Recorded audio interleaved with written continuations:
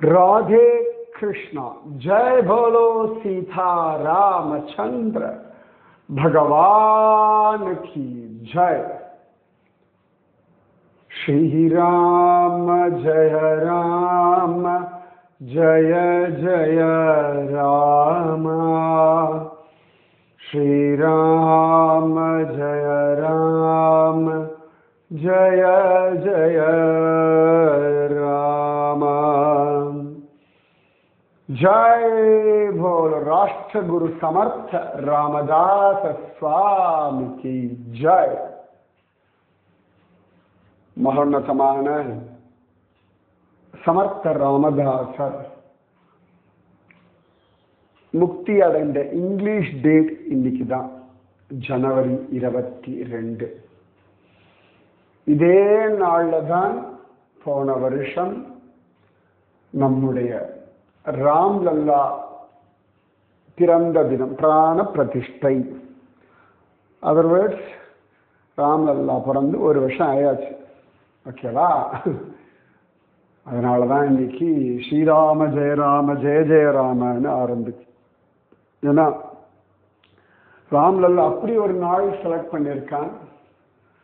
சமர்த்த ராமதாசர் தன்னை அடைந்த தினத்தில் அவன் அழகாக அயோத்தியாவில் ஆவிர்பவித்தான். அழகான அந்த ராமதாசர் நம்மளை கொண்டு போய் பிருந்தாவனத்துல விட்டிருக்கார். जोर से बोलो राधे राधे, प्रेम से बोलो राधे राधे, प्यार से बोलो राधे राधे। वृंदावन में राधे राधे, बरसाना में राधे राधे, राधे राधे श्याम मिला दे, श्याम मिला दे, राधे राधे राधे राधे राधे राधे राधे राधे राधे कृष्णा। जय बोलो राधा रानी की जय। जय बोलो श्री कृष्ण कन्हैया लाल की जय। जय बोलो यमुना मैया की जय। जय बोलो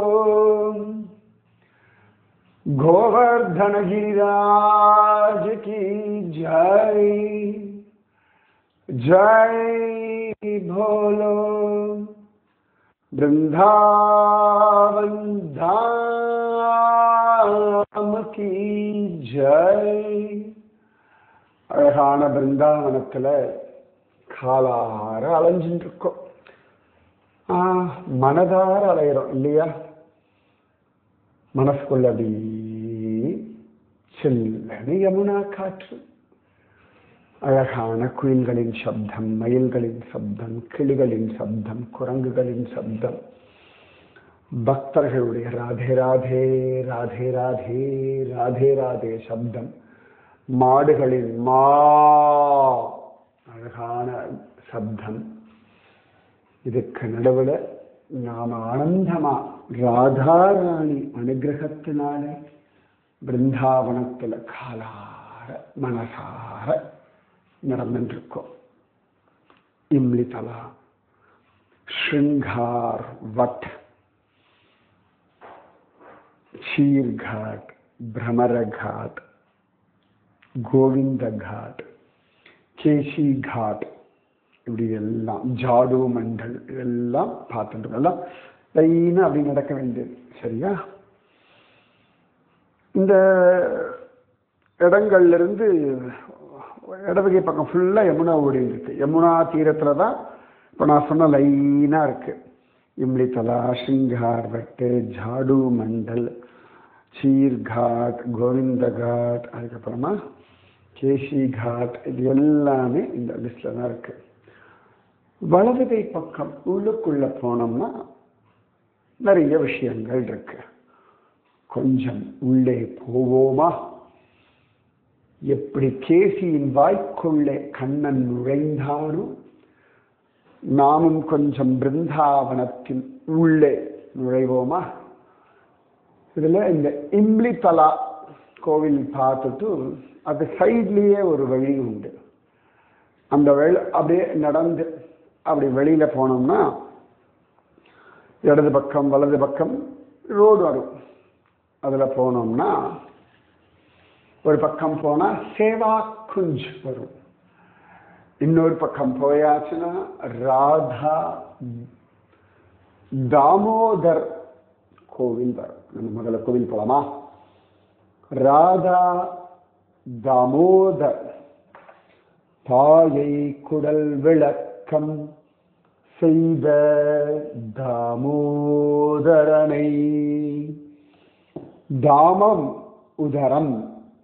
தாமம் அப்படின்னா கயிறு, உதரம் அப்படின்னா வயிறு. கயிற்றினால் வயிற்றில் கட்டப்பட்டவன். அதான் தாமோதரன்ற வார்த்தைக்கு அர்த்தம்.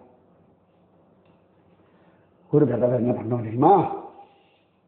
பக்கத்துல அப்படி முட்டி போட்டு உட்காந்துங்க அந்த இடுப்புல கயிறு கட்டின இடத்த கையோட கட்டி அந்த அழகான தொப்பையில் ஒரு முத்தா கொடுத்துடணும். அது ஒரு சுகம். அது அவன் தானே. அது பாலகிருஷ்ணனா இருந்தாலும் கொழுக்கு முழுக்குன்னு சாஃப்டியா ஒரு தொப்பை. அவரோட தொப்புள் கொடியில் அவ்வளவு அழகு. அந்த தொப்புள் பார்க்கறதே ஒரு குஷி. ஸ்ரீரங்கநாதனுடைய தொப்புள் ஒரு அழகு, அனந்த பத்மநாபனுடைய தொப்புள் ஒரு அழகு, திருப்பதி பெருமாளுடைய தொப்புள் ஒரு அழகு, வரதராஜனுடைய தொப்புள் ஒரு அழகு. அழகு அழகு அழகு அழகு. பத்ரிநாதனுடைய தொப்புள் ஒரு அழகு, துவாரகாதீசனுடைய தொப்புள் ஒரு அழகு, பாண்டுரங்கனுடைய தொப்புள் ஒரு அழகு, குருவாயூரப்பனுடைய தொப்புள் ஒரு அழகு, உடுப்பி கிருஷ்ணனுடைய தொப்புள் ஒரு அழகு. எந்த தொப்புள் உங்களுக்கு வேணும்? ராத்திரி பக்கத்துல போய் முட்டி போட்டு இறுக்கி அது இடுப்பை கட்டி பிடிச்சிட்டு அந்த தொப்பை அது உரசிங்க. மனசு அதான் வேணும் கிருஷ்ண அனுபவத்துக்கு. அந்த இடுப்புல திருவயிற்று உதரபந்தம் என் நெஞ்சத்தொழின்று உலா போகின்றது அப்படின்னு தான் நம்ம திருப்பானாழ்வார் சொல்றார். அவனுடைய அந்த இடுப்புல யசோத கட்டின அந்த தழும்பு இருக்கிற அந்த இடத்துல என் மனசே போகிறது அப்படின்ற அப்படி கட்டிக்கணும். இடுக்கி இடுப்பு அப்படி கட்டிக்கணும். பயில சுகம்.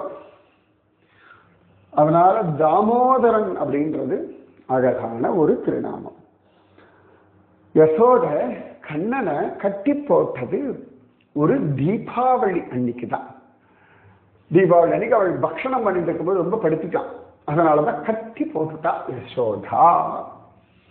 ஏன்னா கிருஷ்ண காலத்துக்கு முன்னாடி, அதாவது கிருஷ்ணன் நரகாசுரனை வதம் பண்றதுக்கு வரைக்கும் தீபாவளி அப்படின்றது கண்ணனுக்காக மட்டும்தான் இல்லை, ராமனுக்காக மட்டும்தான். ராமனுக்காகத்தான் தீபாவளியே. கிருஷ்ணன் நரகாசுரனவதம் பண்ண பிறகு கிருஷ்ண தீபாவளி ஆயிடுத்தது. இன்னைக்கும் வடக்குல தீபாவளி அப்படின்னா நரக சதுர்தசி கிருஷ்ணனுக்கு, தீபாவளின்றது ராமனுக்குத்தான். சரியா? சோ தாமோதரன் பத்துடையடியவர்க்கு எளியவன் பிறர்களுக்கு அரிய வித்தகன். நம்மாழ்வாருடைய பாசுரம். பிருந்தாவனத்தில் இருக்கக்கூடிய ஒரு கோவில் ராதா தாமோதர் மந்திர். ராதா தாமோதரன் ஒரு கிருஷ்ணன். ரொம்ப அழகான ஒரு கோவில். எப்பொழுதுமே நிறைய ஜனங்கள் இருப்பா. ஸோ இந்த கோவில்கள்லாம் பார்த்தீர்கள் அப்படின்னா ஒரு வீடு மாதிரி தான் இருக்கும். ஹவேலின்னு சொல்லுவோம். ஒரு குட்டி அரண்மனை மாதிரி, அப்புறமா ஒரு பங்களா மாதிரி, ஒரு ஜமீன்தார் வீடு மாதிரி அப்படிதான் இருக்கும். ஒரு கோவில் டிசைன் கிடையாது. இப்போ நம்ம ஸ்ரீரங்கநாதருடைய கோவில், மலையப்பனுடைய கோவில், பத்ரிகாசிரமம் கோவில், துவாரகா கோவில், அது அவ்வளோ ஜம்முன்னு பெரிய கோபுரத்தோடலாம் இருக்கும் இல்லையா? அந்த மாதிரி கிடையாது.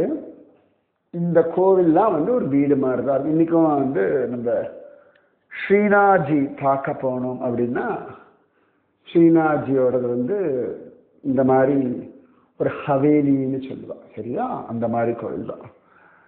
அழகா இந்த ராதா தாமோதர் கோவில்.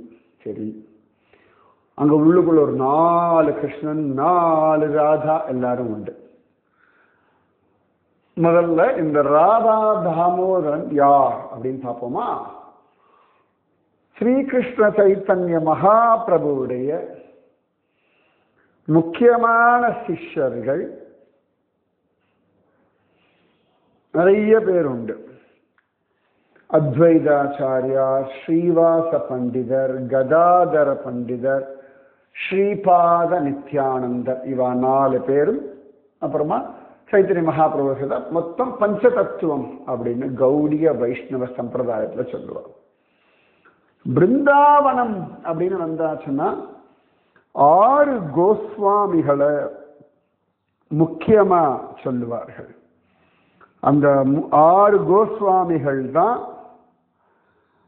ஜம்முன்னு பிருந்தாவனத்தை புனருத்தாரணம் பண்ணார்கள். யார் யார் அப்படின்னா ஸ்ரீ ரூப கோஸ்வாமி, ஸ்ரீ சனாதன கோஸ்வாமி, ஸ்ரீ ரகுநாத பட்ட கோஸ்வாமி, ஸ்ரீ ரகுநாத தாச கோஸ்வாமி, ஸ்ரீ ஜீவ கோஸ்வாமி, ஸ்ரீ கோபால பட்ட கோஸ்வாமி.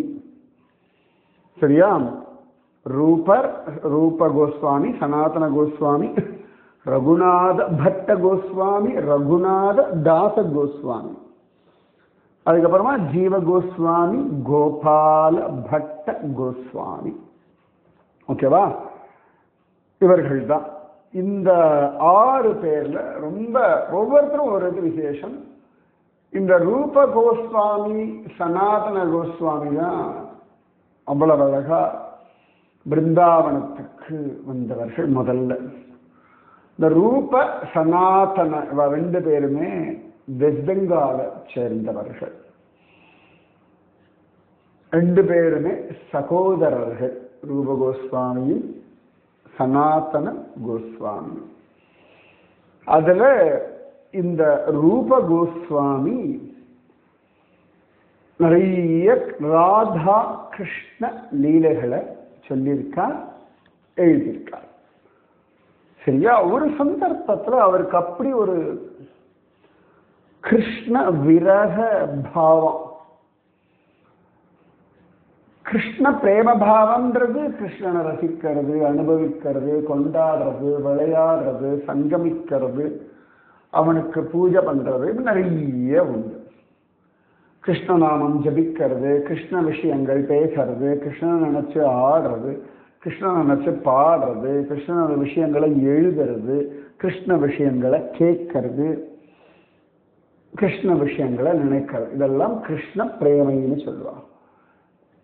கிருஷ்ண விரகம் அப்படின்றது அவனை நினைத்து அந்த ஒரு பிரிவு துயர் அப்படின்னு சொல்றது. இதுதான் விரகம்னு பெயர்.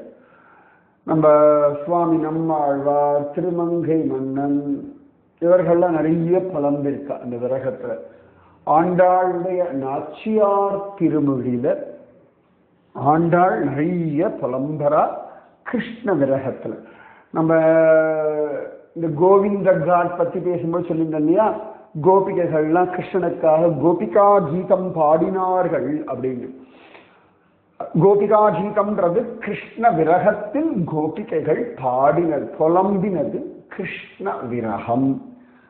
அது பிரேமை அந்த அளவுக்கு போகும்போதுதான் விரகம்ன்ற ஒரு விஷயம் புரியும். அந்த விரகமும் புரியட்டும், அது ஒரு சுகம். அதாவது பிரேமையில கூட சமயத்துல அப்படி கொஞ்சம் கொஞ்சம் அசந்தர்ப்பத்துல மனசு ஓடிடுமா. விரகத்துல கண்ணனை விட்டு மனசு எங்கேயுமே ஓடாது அப்படின்றது எல்லாருடைய அனுபவத்துல காண கிடைக்கிற உண்மை.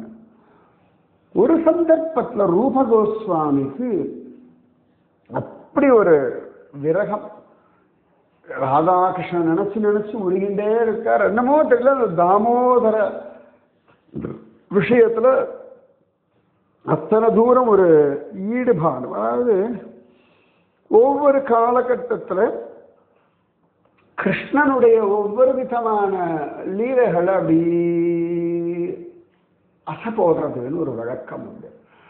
இப்படி நம்ம மார்கழி வந்தா திருப்பாவை அசை போடுறோம், காத்தியாயி விரதத்தை அசை போடுறோம் இல்லையா?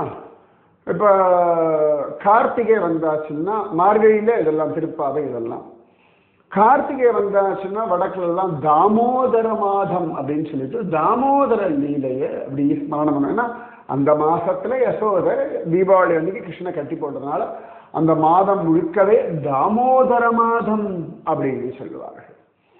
எப்படி சித்திர மாசம் வந்துடுச்சுன்னா ராமனுடைய விஷயங்களை அப்படி ஸ்மரிக்கிறோம் இல்லையா? அந்த மாதிரி அதாவது வாழ்க்கை எப்படியும் நேரங்கள் போக போறது, எப்படியும் நாம பண்ண வேண்டிய வேலைகள்லாம் பண்ணோம், அது கூடவே பகவத் அனுபவமும் அனுபவிச்சுட்டோம் அப்படின்னா வாழ்க்கை நன்னா இருக்கும். அதனால ஒவ்வொரு நாளைக்கு ஒவ்வொரு கிருஷ்ண லீலை, நம்ம ஏதாவது ஒவ்வொரு நாளைக்கு ஒவ்வொரு பிரச்சனையை ஆலோசனை பண்றோம் இல்லையா?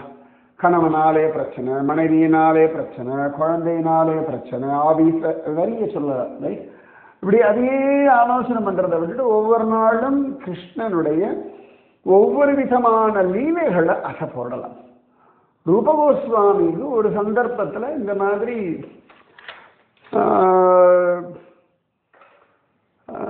இந்த தாமோதர விஷயத்துல என்னமோ ஒரு பெரிய ஈடுபாடு, அது ஒரு விரகம், அழுது அழுது அழுது அழுது புலம்பிட்டே இருக்க. அந்த இதுல ரொம்ப இழைச்சு போயிடுறார். கங்குலும் துயில் கண்குலும் பகலும் கண் துயில் அறியாள் அப்படின்னு நம்மாழ்வார் சொல்லுவார். அந்த மாதிரி அந்த கிருஷ்ணஸ்மரண கிருஷ்ண விரகத்துல அப்படியே அவருக்கு உடம்பு அப்படி இழைச்சு போயிடுறது கிருஷ்ண விரகத்துல. அப்ப பகவான் பார்த்தா இவன் இப்படியே போயிட்டு இருந்தான்னா சரிபட்டு வராதுன்னு சொல்லிட்டு கண்ணன் என்ன பண்ணா சொப்பனத்துல வந்து காட்சி கொடுத்து, நீ இப்படி அழாத, நீ என்னுடைய ஒரு மூர்த்தியை நீயே உன் கையினாலே செதுக்கு அப்படின்ட்டா. அப்ப ரூப கோஸ்வாமி சொன்னார், கிருஷ்ணா நான் சிற்பக்கலை செய்யக்கூடியவனா தெரிஞ்சவனா, சிற்பங்கள்லாம் பண்றதெல்லாம் எனக்கு தெரியாது கிருஷ்ணா, எந்த கல்லுன்னு கூட எனக்கு தெரியாது, முதல்ல கல்லே தெரியாதவன் எப்படி அந்த கல்லுல ஒரு மூர்த்தியை கொண்டு வர முடியும்? அது உன்னுடைய ரூபத்தை எப்படி கொண்டு வர முடியும் சொல்லு பார்க்கலாம். நிஜமாவே ஒவ்வொருத்தருக்குள்ளேயும் தெய்வம் ஒவ்வொரு விதமான அழகான தெய்வீகத்தை கொடுத்திருக்கு. நான் நினைச்சு பார்ப்பேன், சிற்பிகள்லாம் நம்ம சாதாரணமா பார்க்கிற பாறைய இந்த பார்க்கிற பார்வை கொண்டு நம்ம பார்க்கிற ஒரு பாறையை, அதே ஒரு சிற்பி பார்க்கும் பொழுது அந்த பாறைக்குள்ள ஒரு தெய்வ உருவம் ஏதோ அது கல்லுலையோ இல்லாட்டி மரங்கள்லையோ, மரத்துலலாம் குட்டி குட்டி குட்டி குட்டி சிற்பங்கள்லாம் எவ்வளவு அழகா பண்றா. இந்த கொலு பொம்மைகள்லாம் ஒரு மனிதனுடைய அழகான கைவண்ணம் தானே.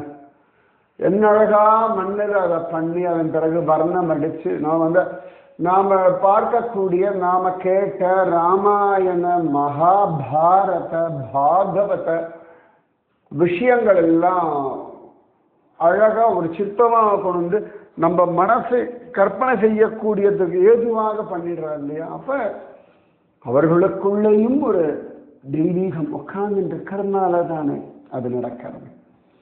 அதனாலதான் எல்லாத்தையும் இப்ப சமையல் பண்றா, அம்மாவோ மனைவியோ சகோதரியோ மகளோ இல்லாட்டி அப்பாவோ அண்ணனோ தம்பியோ இல்லாட்டி யாரோ சமைக்கிறா வச்சுக்கோங்களேன், அந்த பொருட்களெல்லாம் சரியான விகிதத்தில் போட்டு அழகா அதுக்கு ஒரு சுவை மனம் குணம் எல்லாம் கொடுக்கறான்னா அவளுக்குள்ளேயும் ஒரு தெய்வீகம் இருக்கத்தானே செய்யறது. தலைமுடி கண்ணா பின்னான்னு வளர்றது, அவ்வளவு அழகா அந்த முடியை திருத்தி ஒரு மனிதனை அழகாக ஆக்க முடியறதுன்னா அவர்களுக்குள்ளேயும் ஒரு தெய்வீகம் இருக்கத்தானே செய்யறது. மேக்கப் ஆர்டிஸ்ட் என்ன அழகா மேக்கப் போட்டு ஒருத்தருடைய உருவத்தையே மாற்றி விட்டுறார்கள், முகத்தையே மாற்றி விடுறார்கள். அப்புறமா தையல்காரர்கள் என்ன அழகாக துணிகள்லாம் செஞ்சு அந்த தச்சு அதை ஒரு உருவாக்கி நம்ம போடணும் ஒரு அழகு இருக்குன்னா பியூட்டிஃபுல் டிசைன் ரைட். ஒரு சாதாரண ஒரு பூமி இருக்கு, நிலம், அதுல ஒரு வீடு டிசைன் போடும், அதில் ஒரு அழகா ஒரு இன்ஜினியர் டிசைன் போட்டு இப்படிலாம் கட்டணும்ன்றா உடனே அழகாக கட்டுறா. தனித்தனி செங்கல் தான், கொண்டு வந்து ஒவ்வொன்றா கட்டி இந்த இடத்துல அவ்வளோ வரைக்கும் அந்த வீடு கட்டும்போது இப்போ அந்த கான்கிரீட்டு அந்த அஸ்திவாரம்லாம் போட்டோம்னா ஒன்றும் நமக்கு புரியாது. அது கொஞ்சம் கொஞ்சமாக எழுந்து கடைசியில் ஒரு வீடாகி அதன் பிறகு சிமெண்ட் எல்லாம் பூசி அதுக்கப்புறமா அது பெயிண்ட் எல்லாம் அடிச்சு கூட வாவ் அப்படின்னு இருக்குன்னா அந்த கட்டட வேலை செய்யக்கூடியவர்களிடத்துல அழகான ஒரு தெய்வீகம் இருந்தா தானே இது நடக்கும். இது எல்லாமே நான் ஒரு உதாரணமா சொன்னேன். நிறைய விஷயங்கள் இருக்கு, எல்லாத்துலேயும் தெய்வீகம் உண்டு இல்லையா? அப்ப ரூப கோஸ்வாமி ரொம்ப அழகா சொல்றார், கிருஷ்ணா எனக்கு அதெல்லாம் தெரியாதே கிருஷ்ணா, நான் எப்படி இதை பண்றது அப்படின்னு உடனே பகவான் சிரிக்கிறான். செய்பவன் நான், நீ அல்ல, நீ என்னுடைய கருவி, உன்னுள்ளிருந்து நான் அதை செய்விப்பேன் அப்படின்றார். ரொம்ப அழகில்ல? அழகா அந்த காட்சி சொப்பனத்தை காட்சி கிடந்து ரூப கோஸ்வாமி எழுந்தார். அவருக்கு பிரமிப்பா இருந்ததுன்னா அது வரைக்கும் சிற்பங்கள் செய்து பழக்கப்பட்டவரெல்லாம் கிடையாது. சரி பகவான் இப்படி ஒரு லீலை பண்றான் அப்படின்னு போயிட்டார். போய் யமுனையில குளிக்க போறார். குளிக்கும் போது வித்தியாசமா ஒரு பெரிய கல்லு பார்த்தார். எவ்வளோ நாள் அந்த பக்கம் குளிச்சுட்டு இருக்காரு, என்னமோ தெரியல. அன்னைக்கு அந்த கல்லை பார்த்தோன்னு ஓ இதுலதான் தாமோதரன் வருவானோ அப்படின்னு சொல்லி குளிச்சார். அந்த கல்லை அப்படி உருட்டினார். அப்புறம் அவரே சொல்லி என்னமோ தட்டு தட்டுன்னு தட்டின்னு இருந்தார். அப்படி கொஞ்ச நாள் தட்டின்னு இருந்தார். பார்த்தா அவர் உள்ளுக்குள்ளே இருந்து கிருஷ்ணன் தானே எல்லாத்தையும் பண்ணி ஒரு மூர்த்திய கொண்டு வந்துட்டான். பல பல பல பலான்னு ஜம்னு ஒரு மூர்த்தி. சூப்பர்ல, நிஜமாவே. அவன் நினைத்தால் எங்கு வேண்டுமானாலும் எப்படி வேண்டுமானாலும் ஆவிர்பவிப்பான். காதலனாக ஆவிர்பவிப்பான், கடவுளாக ஆவிர்பவிப்பான், வேலைக்காரனாக ஆவிர்பவிப்பான், வழிப்போக்கனாக ஆவிர்பவிப்பான், மந்திரியாக ஆவிர்பவிப்பான், அன்னையாய் அத்தனாய் என்னை ஆண்டிடும் தன்மையான் அப்படின்னு சொல்லும்படியான குருவாக ஆவிர்பவிப்பான். எப்படி வேணாலும் ஆவிர்பவிப்பான். கோபிகைகளுக்கு கணவனாக ஆவிர்பவித்தான், கோபர்களுக்கு கோபிகைகள் ரூபத்தில் மனைவியாக ஆவிர்பவித்தான். என்ன சொல்லட்டும், நான் எப்படி வேணாலும் ஆவிர்பவிப்பான். உங்களுக்கு ஏற்றார் போல ஆவிர்பவித்து லீலைகள் செய்வான். ஆவிர்பவிச்சுட்டான். அழகா ஒரு மாக மாசம்தான், அழகா ஒரு சுக்லபக்ஷ தசமி தான் இந்த கிருஷ்ணன் ஆவிர்பவிச்சான். சரியா? எல்லாரும் ஓடி வந்து பார்க்கிறாளாம் ரூப கோஸ்வாமியோட அழகான இந்த பயலை பார்த்துட்டா. அசந்தே போயிட்டா. ஏன்னா அவனுடைய திருவடி ராதா மதன் மோகன் போல இருந்தது.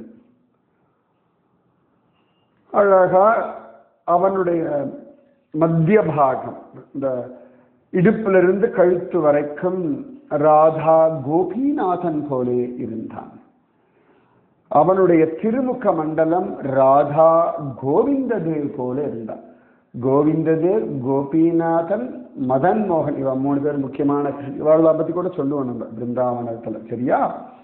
இவன் 3 பேருடைய ஆவிர்பாவமாக இவன் ஆவிர்பவிச்சான். சனாதன கோஸ்வாமி, ரகுநாத தாஸ் கோஸ்வாமி, கோபால பக்த கோஸ்வாமி எல்லாரும் அழகா ஆனந்தத்துல தளச்சுட்டார். 1542 அவ்வளவு அழகா இந்த பய ஆவிர்பவிச்சுட்டான். சரியா? அமக்களமான ராதா தாமோதரன் ஃபர்ஸ்ட் கிளாஸ் ஆவிர்பவிச்சுட்டான் பகவான். அதனால நீங்க பாடு பக்தி பண்ணுங்க. அழகா நடந்துடுத்து. அப்படியே அந்த மூர்த்திய மாக மாசம் சுக்ல தசமி 1542. சரியா? மாக சுக்ல தசமியில அப்படி ஆவிர்பவிச்சுட்டானிவன். அந்த ரூப கோஸ்வாமி தன் கையினாலே தானே செதுக்கிய மூர்த்தி தான் ராதா தாமோதரன். இந்த மூர்த்தியை பண்ணி பகவானே சொன்னா, இந்த மூர்த்தியை ஜீவ கோஸ்வாமி கிட்ட கொடுத்துரு, அவன் பூஜை பண்ணட்டம்னா. ஜீவ கோஸ்வாமி யாருன்னா அந்த ரூப கோஸ்வாமி சனாதன கோஸ்வாமி 2 பேர் அண்ணன் தம்பி சொல்லி அவளுக்கு இன்னொரு சகோதரன் உண்டு அனூப்னு. அவருடைய பிள்ளைதான் இந்த ஜீவ கோஸ்வாமி. சரியா? அப்படிதான் இந்த ராதா தாமோதரன் ஆவிர்பவித்தான். நீ விஷயம் நாளைக்கு சொல்றேன். ராதே கிருஷ்ணா. ராதே கிருஷ்ணா கிருஷ்ணா ராதே ராதே கிருஷ்ணா கிருஷ்ணா ராதே ராதே கிருஷ்ணா கிருஷ்ணா ராதே ராதே கிருஷ்ணா கிருஷ்ணா राधे. जय बोलो राधा रानी की जय. जय बोलो श्री कृष्ण कन्हैया लाल की जय. जय बोलो वृंदावन धाम की जय. जय बोलो यमुना मैया की जय. जय बोलो गोवर्धन गिरिराज की जय. जय बोलो राधा दामोदर भगवान की जय. जय बोलो रूप गोस्वामी की जय. இந்த ராதா தாமோதர் கோவில இன்னும் சில விஷயங்கள்லாம் உண்டு, ஒவ்வொன்றா அனுபவிப்போம். சரியா? ராதே கிருஷ்ணா.